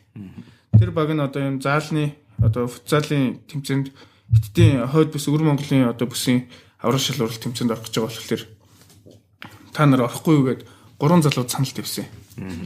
Тэгээд тэр нь болохоор цэндээ гэдэг нэг төрний хэлээд байгаа цэндээ багасаал хамт явсан. Тэгээ багасаал ер нь хамт явсан. Тэгээ Монголдо тоглохтол өрсөлдөгч ихээс. Тэгээд цэндээ төмөн жаргал гээд тэгээ бид 3 мөрөн бас явсан. Тэгээ сүүлд мөрөн нэмэгдээд бид 4 очиж тоглоод бүгдээр нэг баг тоглосон. Тэгээ нэг баг тоглосон. Тэгээ талбай дээр 2 нь гардаг гээд 2 сэлгийгдээд тийх зорилгоор. Тэгээ нөгөө хил усан цэсэн ойролцоогоор ярилцдаг болохоор тэр нь өмнө нөгөө орцуудыг авах авдаг гэсэн мөлий. Юунаас читагаас читгэлөө читгэдэг баха. Читаг гэж читгэл уншаад идэв шүү. Тэгээ тэндээс мэдгүй оршид катаслын юм байна тий. Тэндээс аягүй хавдаг гэсэн. Тэгээ нөгөө ойлголцдог гэсэн юм байлээ. Тэгээ Монгол хүмүүсийг авах юм бол өвөр монголчууд болохоор нөгөө нэг бас нэг хилээ арайгаа аягүй гэж одоо тэгээ авсан юм л. Тэгээ би нэг 2-3 сар орчим тоглосон баха. Тэгээ бид наашаа эренгуутаа буцаж очиагүй нөгөө нэг энтх багийн гэрээндээ богдоод уцаж очиадаагүй. Тэгээд Нөгөө тэнд тоглосон хэд маань болохоор 3 дугаар байранд орсон илээ. Тэгээд цаашаа эхний 2 байр нь нөгөө нэг бүх хиттийн авраг шалгуулт тэмцээнд оролцсон гээд тэгээд мултарсан юм бэл. Ганц байраар мултарсан шүү дээ. Ганц байраар мултарсан. Тэгээд жоохон азг юм болсон илээ. Цалин малингийн тэгээ гайгүй өгсөн юм уу? Цалингийн яг бэлнээр шууд татвар мотор авахгүйгээр шууд байр хоолын бүх юм цаанаас нь тэгээд цалин нэг монголоор 3 орчим сая төгрөг авлаа. Тийм нэг 7000 хэдэн зуун яана авчихсан. 3 сар тоглохтой юу? Үгүй нэг сарын. Сар олчоод ирсэн ба тий. Тийм би нэг 3 биш би чи нэг 2 сар болсон баха. 2 сар хагас болоод нийтдээ нэг 8 сая төгрөг авсан баха. Тиймэрхүү тоглолцол тэгээд ирсэн. Мөнгө нүгэ хэлээ болж байгаа юм бол. Нэг ногоодох юм байхгүй л гэдэг. Тийм надад нэг ногоодох юм байхгүй л тэгээд. Хойлж ирчээг байж тээ. Хойлж ирчээг гэж. Дотор төлөвөг хэлсэн шүү дээ. Тийм тэгээд ирээд эндээ тоглоод FC Улаанбаатаргийн багтаага дахиад 1 жилийн гэрээгээд мөнгөн дүн яг уу багтаа бол хамгийн өндөр дүнгийн хийсэн. Гэхдээ одоохондоо нөгөө нэг бас тоглож байгаа хүмүүсээ бол хэлж болохгүй бах. Гэхдээ баг дундаа хамгийн өндөр мөнгөн дүнгийн нэгээд тэгээд сая тоглоод жоохон азгүй 5 дугаар байранд орсон. Гэхдээ яг уу би дундуур нь нөгөө нэг Зүү Азийн бас өрдсөн шатны тоглолт гээд Гуам руу шгшээ огт дуудагдаад тэгээд очсон бид нэр хэсэгтээ Макао техний тоглолт тоглоод 2-2-оор тэнцсэн. Тэгэд би 2 голын хоёлын 11 метрийн тургуулын цогцолтоос зөгч гол хийсэн баг. Тэгээд юунд бол дараа нь Тайвантай тоглоод Тайван хамгийн өчтөр өрсөлдөгч нэсэн. Тэгээд Тайвантай тоглоход би уул нь айгүй олон боломжууд байсан надад гол хийх. Хэрэв хоцсон бол бид нэр цаашаага сая 11 сар дахиад Тайванд тоглох нэг дараагийн шатанд орох гэсэн байхгүй. Арсан Солонгос Гонконг гэмтэртэй. Тэгээд жоохон азгүй тэр өдөр яалтсан чинь байгаа. Жоохон бага хөөдөөд 2 удаа хаалгач эсрэг ганцаараа гарч ирээд алдаад 100% гол. Тэгээд нэг 2-0-оор хожигдчихсан азгүй. Тэгээд яг дараа нь сүүлд нь Нилемо гэсэн Мариниар гээд Сан Марино гээд Нилемо гэсэн 8-0-оор хожигд бас дахиад 2 гол хийсэн. Тэгээд яг тухайд би бас бодож лээсэн тэгээд шилдэг мэрэгэн буучин нөгөө нөлөөр Тайваны 8 номертэй нэг залуу болохоор бас надтай адилхан 4 голтой байсан байхгүй би бас 4 голтой. Тэгээд тэр залуу хэрэв бид нар Тайваныг хоцсон байсан бол тэр залуу яагаад ч авахааргүйсэн дөө манайх 2 голоо төрүүлээ хийсэн бол тэр гол 2 голоо хийгээч өгөөч үү. Тэгээд бас нэг мэрэгэн бууч авчих байсан болоо гэж бодчих. Хэрэв Монголын хөлөм нэг мэрэгэн бууч гэдэг нь юу юм шагнал юм бэ? Топ скорер гэдэг нэг хамгийн их гол хийсэн. Олон улсын тэмцээнээс шагнал мөнгө төгрөг эднэр өгөх бай тээ. Тэг мөнгө төгрөг өгөхөөс гадна нөгөө нэг гадаад олон улсын тэмцээнээс шагнал авах юм бол нөгөө олон улсын хэмжээний мастер гэж болдог шүү дээ. Тийм болчихвол бас гоё санагдаад болчихсон. Боддог л бодлоо. Тийм болдог л бодлоо. Олон улсын хэмжээний мастер гээл шалцал авцсан бол бас над хэрэгтэй л байсан баг гэж. Чи тэгээд 2011 оноос хойш ирчээл шотон зүгээр хөлбөмбөгөл тоглоод байна уу? Яг хөө тэгээд тоглоод би дундуур нь 3-4 компанид ажилласан юм уу та. Тийм тэгээд Inscription Source гээд манай нэг танил ахын компани хөрөнгө оруулалт журчлалын компани Өвөр Монгол одоо хөрөнгө оруулалттай нэг ах байт. Тэгээд бид нар цуг ажиллаад одоо нөгөө бичиг баримт бүрдүүлдэг тийм ажлууд бид нар янз бүрийн одоо барилга хойч нөгөө барилгыг хөгжижсэн. Тэгээд тиймэрхүү ажил хийж байгаад нөгөө би чинь хааш явахаар боллоо. Лаос явлаа бас шгшээ багаар Лаос явахаар болоо тэгээд би ажилласаа гарч ирсэн. Тэр чинь бас 4 сар нөгөө нэг бэлтгэлд орохоор болчих болохоор яа харахгүй нөгөө нэг ажилласаа гарахгүй хүлээлгэж өгөхгүй болохгүй болоод тэгээд гарч ирсэн. Тэгээд дараа нь шгшээ багтагаа тоглоход мөнгө өгд юм уу? Цалин өгд юм уу? Өгнө. Тэр чинь боломжийн цалин өгөх юм уу? Яадаг юм? Тийм боломжийн ерөнхийдөө нэг дундаж цалин одоо нэг 700-аас 700 мянган төгрөг өгч нэ тэгээ нэг хүмүүсээс бас шалтгаална л та. Ямар хүмүүс байна тэгэл ямар хүмүүсүүдийг ямар үнээр авч байгаа гэдэг. Хүн болгон ондоо мөнгө авдаг юм байна тий. Сайн тоглолдог юм уу? Од нөхдүүдийг бол арай жоохон өндөр үнээр. Тий, тэгээд нөгөө нэг давхар нөгөө нэг замины гарадаг бол бага үнээр аван тий. Тий. Тэгээд нөгөө давхар клубээс нь урамшуул гэж бас орж ирдэг. Гэрээнийхэн дагуу. Одоо чигшээ огт дуудах юм бол тэдэн хувийн урамшуулалтай гэдэг. Цалингийнх одоо нэг мөнгөнд төгссөн байгаа шүү дээ. Одоо жишээ нь 10 сая төгрөгөөр гэрээ хийсэн билээ гэж бодоход чигшээ огт дуудах юм бол 10% урамшуулалтай ч юм уу 20% урамшуулалтай гэдэг. Тэгээ бас тохирдог. Тэр мөнгө нь бас орж ирдэг. Тэгээд өдрөөр нь за өдөр хагас үдсэнд нь мэрэгжлийн хөл бөмбөгийн тамирчин тэгсэн мөртлөөр өдрийнхэн цагаар нь ажил хийгээд ингэ явдаг юм байна. Тий, тэгээд сүүлд нөгөө нэг болохоор Монголд нөгөө нэг анхудаа байгуулсан шоколадны үйлдвэр манай одоо танил ах байгуулсан. Намайг анх энэ нөгөө нэг Эвс Улаанбаатар руу авч орсон ах.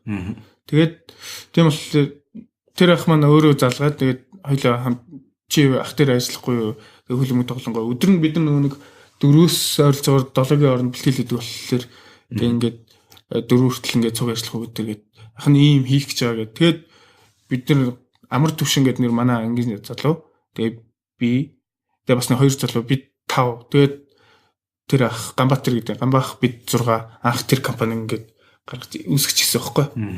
Тэгээд шоколад гэдэг яг ингээд өөрсдийнхөө гараар ингээд одоо нэг шоколадаа зуураад ингээд зам амаар явуулж байгаа гаргаж ирээд ингээд амтлангууд эхнийх нь ингээд нэлээд санаавтайс аахгүй. Жохон шорвогдоо. Тэгээд за энэ биш нэгэ дахиад зуураад нэлээд тэр чин том 40 тонны 400 кг-ийн кончер ингээд зуураад тэгээд ингэж жаад амтсан чи яг шоколад амтгаж байгаа юм чинь. Хоо мөн байна гэж бараг тэр чин амар юм болж байгаа юм чинь. Тэгэл баярлалаа тэгэл өөртөө шууд савлаад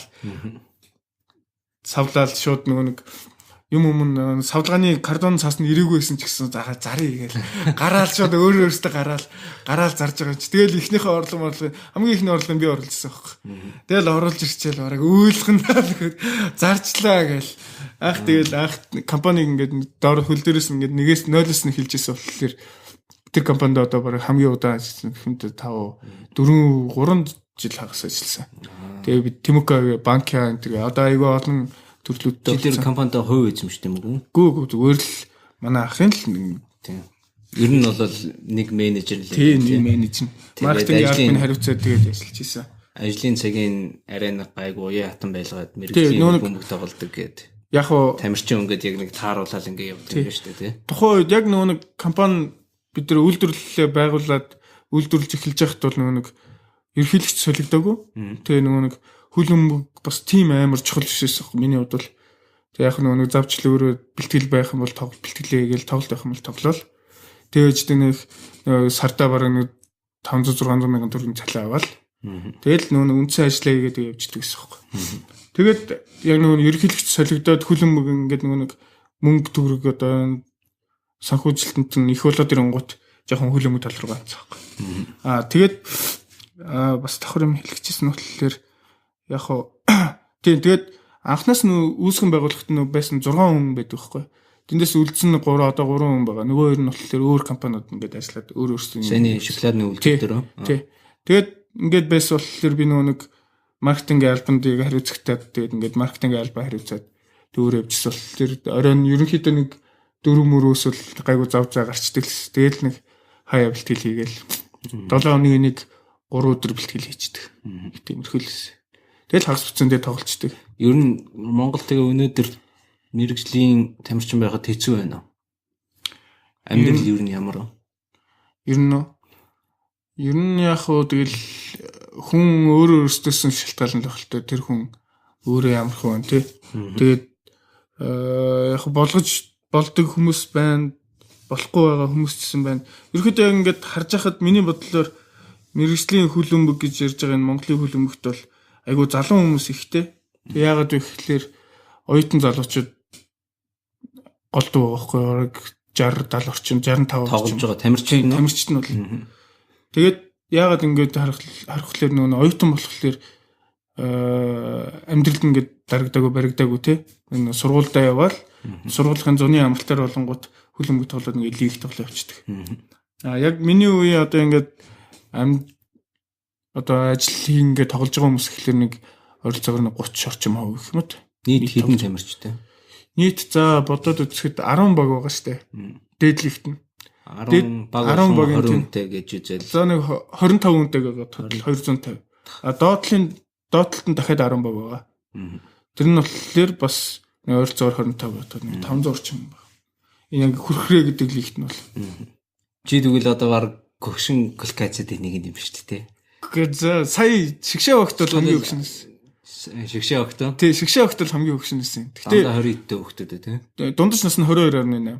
Тэгээ би чинь 27. 22.8. Тэг чи дандаа 18-аар шүү дээ хүүхдүүд шүү дээ те. Тий, тэгээд яг талбай дээр гарч байгаа нь болохоор яг би хөгшин байсан ч гэсэн би чинь 89 27-той. Тэгээ хаалгач маань 26-тай, хамгаалагч 25, 22, 26 гэдэг. Ер нь үеийн залуучууд. Гэтэ нэг алсыг хараа нөгөө 23 хүн явсан болохоор бас нөгөө сэлгэнд байх хүүхдүүд байгаа залуу нөгөө ирээдүйтэй хүүхдүүд байгаа ингээд авч явсан болохоор залуу хүртэл хүмүүлсэн байх гэж дээ. Одоо лиг тоглож байгаа хамгийн хөгшин гар нь хэдтэй юм? За нэрвэлийн тамирчин гэхэд 40-тэй хүн байна уу? 40-тэй. Тий. Бас ажил хийгээл хайж байгаа нь хөл бөмбөг тоглоод. Тий, тэгэл тоглол. Насаараа л баг хөл бөмбөг тоглоод. Тий, насаараа баг тоглож байгаа. Монголын баг домог болсон тий. Хин гэдэг юм. Хэмбэн гаруу гээд Монголын шиг аюу хамгийн олон гол хийсэн, хамгийн олон тоглолтод багийнлагч хийсэн гээд одоо хүртэл тоглож байгаа тийм аа. Сайн биш үү тий. Тий, сайн бас бэлтгэлээ ер нь бэлтгэл ерөөсөө алдахгүй л яваад байсан шүү дээ тий. Тий, 40-тэй гэхэд тэгээ талбай дээр гараад тоглолцлоо. Сая хүрэл медаль авчлаа. Үндсэн гараанд тоглож юм. Тоглолцлоо. Сайн байна тий. Өндөг. Лүмэн гараа авах бол хөлбөмбөгийн бол аюу Монголын баг нөмөр 1 л. За чиний хөлбөмбөгийн карьер чи одоо хэр удаан тоглоно гэж бодож байна? Одоо чи FC Улаанбаатартай байгаа юм уу? Яг одоо нөгөө лиг дуусаад гэрээ дуусч байгаа. Тийм болохоор FC Улаанбаатартайгаа нэг жилээр л идэм үү? Гэхдээ яг нөгөө би өөрөө хэдэн жилээр хийм тэнд цаанаас хэдэн жилээр хийх нүү ингээд харилцсан тохиолдож гэрээ нөхс. Шууд одоо тэр талаас би чамтай 1 жилийн гэрээ. Угаасаа чиний гэрээ чинь ингээд угаасаа дуусч байгаа. Ингээд яг энэ жилээр дуусч байгаа байхгүй. Тэгээд уул нь эх жилээс өөр багт тоглоё гэж бодсон. Сая надад Малазиас санал ирээд сая Малазиас тусан тэмцээний Сарваг гэ багаас санал ирсэн болохоор сонгон шалралтанд нь 12 сард явах бодолтой төгсөлтөө өгсөн байгаа. Гэхдээ яг хариу нэрээгүй байгаа. Хэрвээ явчих юм бол яг хуу сонгон шалралт өгөөд гэрээ контракт цалин мөнгө төгрөг тохирох юм бол 1 жил нэг жил хагас жил орчим тоглолцоод ирж магадгүй гэж бодчих. Малазийн лигт. Тийм Малазийн лигт. Цалин мөнгө халан газарх нь шүү дээ. Яа амар бил. Сая гэ бодоход 60 градусын зүрхтэй хүрч иж байгаа хөх. Нэмэх 40 градусаас Монгол руу ирэхэд шууд хас 20 градусаас угтаж явахд ч нас л чанга мэл шүү дээ.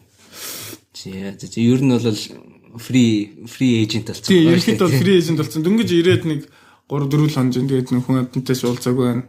Тэгээд нэг тиймэрхүү л.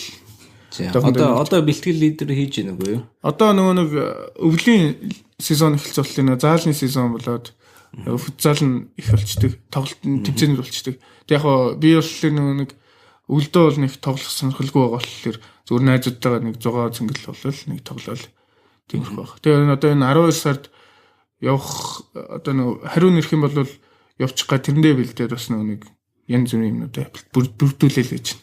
CV интервью бүрдүүлээл тэгээ нэг бичлэг тостоо тий бичгээр тэлдэргээл янз бүрийн юмнууд бүрдүүлэх материалууд аягүй. Тэгээд try out болох юм чинь бас юу ах юм биш үү тий. Би формтой очихгүй л байна. Тий тэгээд бас нэг жоохон фитнес ингээ тиймэрхүү.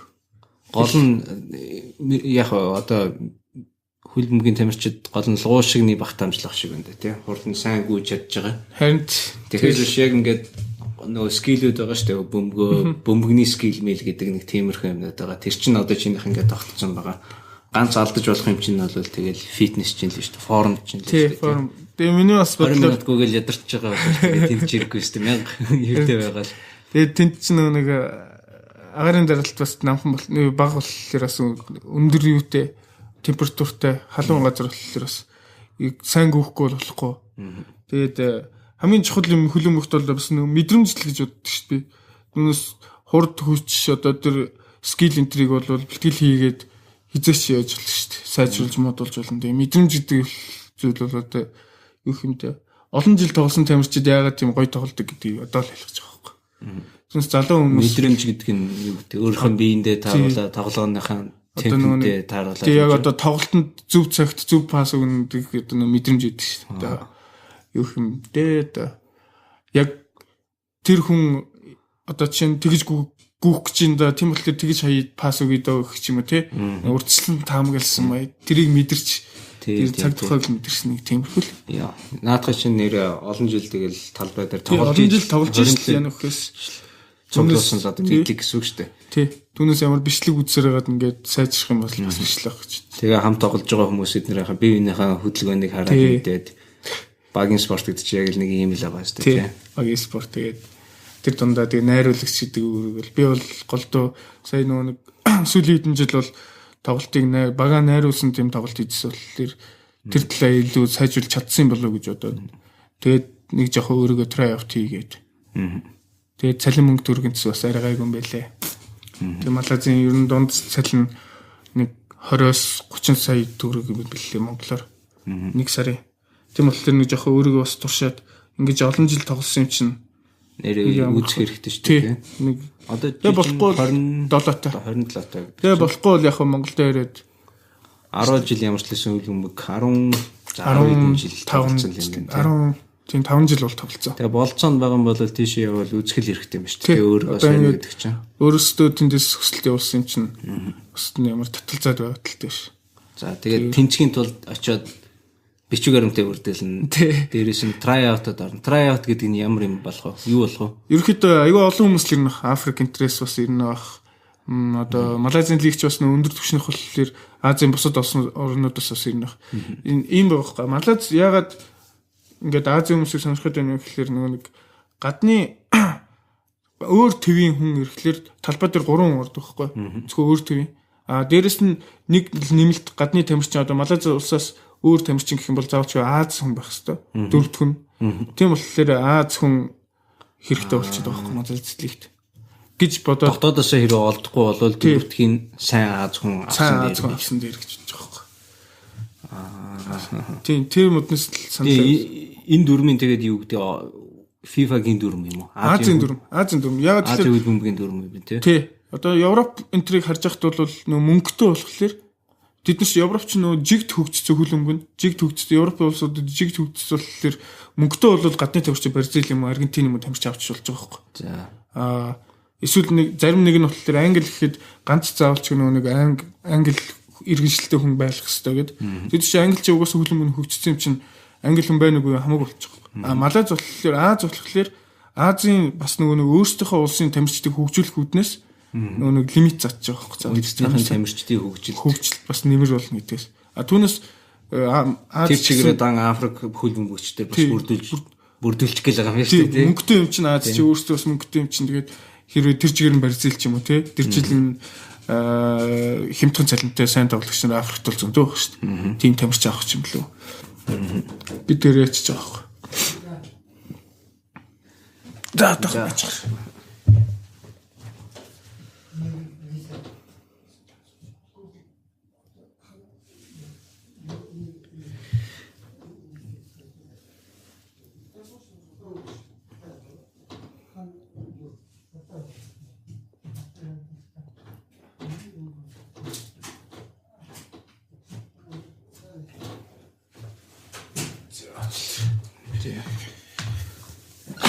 За. Тэгээд явхаар бол хизээ явна гинэ 12 сард. Тийм одоо нэг бас нэг залуутай гинэ манай багийн сая менежер явсан залуу миний эйжент болсон байгаа. Тэгээд гэрээ контрактаа хийгээгүй арай нөгөө бүрдүүлэг бол дөнгөж эйжент болсон байгаа. Тийм эйжент болсон байгаа. Эйжент гэхлээр яах юм? Одоо намайг жуучлагч юм да. Төлөөлөгч маягийн.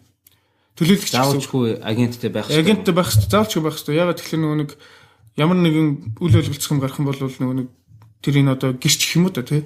Одоо хуульч маягийн тим залуу. Тэр нь тийм туршлагатай хүн юм уу? Тийм билээ. Манай багийн менежерээс сая явж ирсэн залуу. Тийм тэгээд тэрнтэй л холбогдож байгаа дөө юм. Тэгэл асууж гэрээ авах юм бол гэрээнийхэн тодорхой хувийг тэр өндөх үү? Тий 10%. 10% нэ. Сар болгон сарын цалиныг. 10%. Зүг. За амжилт хүсье. За баярлалаа. Энэ ажлыг хийсэнд маш их баярлалаа. За намайг урьж тоож дуудсанд баярлалаа. Гэхдээ яг би энэ радионы хөтөлбөр дээр ингээл сонирхолтой гоё юм хийж байгаа Монгол залуучдыг Монгол хүмүүсүүдийг оруулъя гэж бодоод тэг яг чиний дээр ингээл байнга хэвлэл мэдээлэлээр ингээл гарч ирээл. Үндэсний хөл бөмбөгийн үндэсний шигшээ багийн тамирчин баяр жаргал гал ингээ яваад тахлаар бас нэг уулзаад яг баяр жаргал гэж яг хин бэ? Хөл бөмбөг өнөөдрийн Монголын нийгэмд мэрэгжлийн тамирчин байхад ямар гэдгийг ямар түүхтэй хэн гэдэг хүн юм бэ гэдгийг л нэг мэдэх үүднээс сонсогчтой хөрөх үүднээс ингээд уулзалт ярьцлага хийж байгаа. Тэгэхээр айгуу дэжгүй болсон гэж үзэж байна.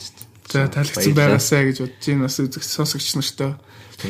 Тэгээ хэрвээ малажид нэр явах юм бол явчаад ирсний чин дараагаас дахиад нэг ярилцаж үзье л да. Малажид хөл бөмбөг тоглоод ямар. Малазийн Монгол хөл бөмбөг ямар вэ? Тэр талаар ярилцъя. За амжилт хүсье. Баярлалаа. За баярлалаа.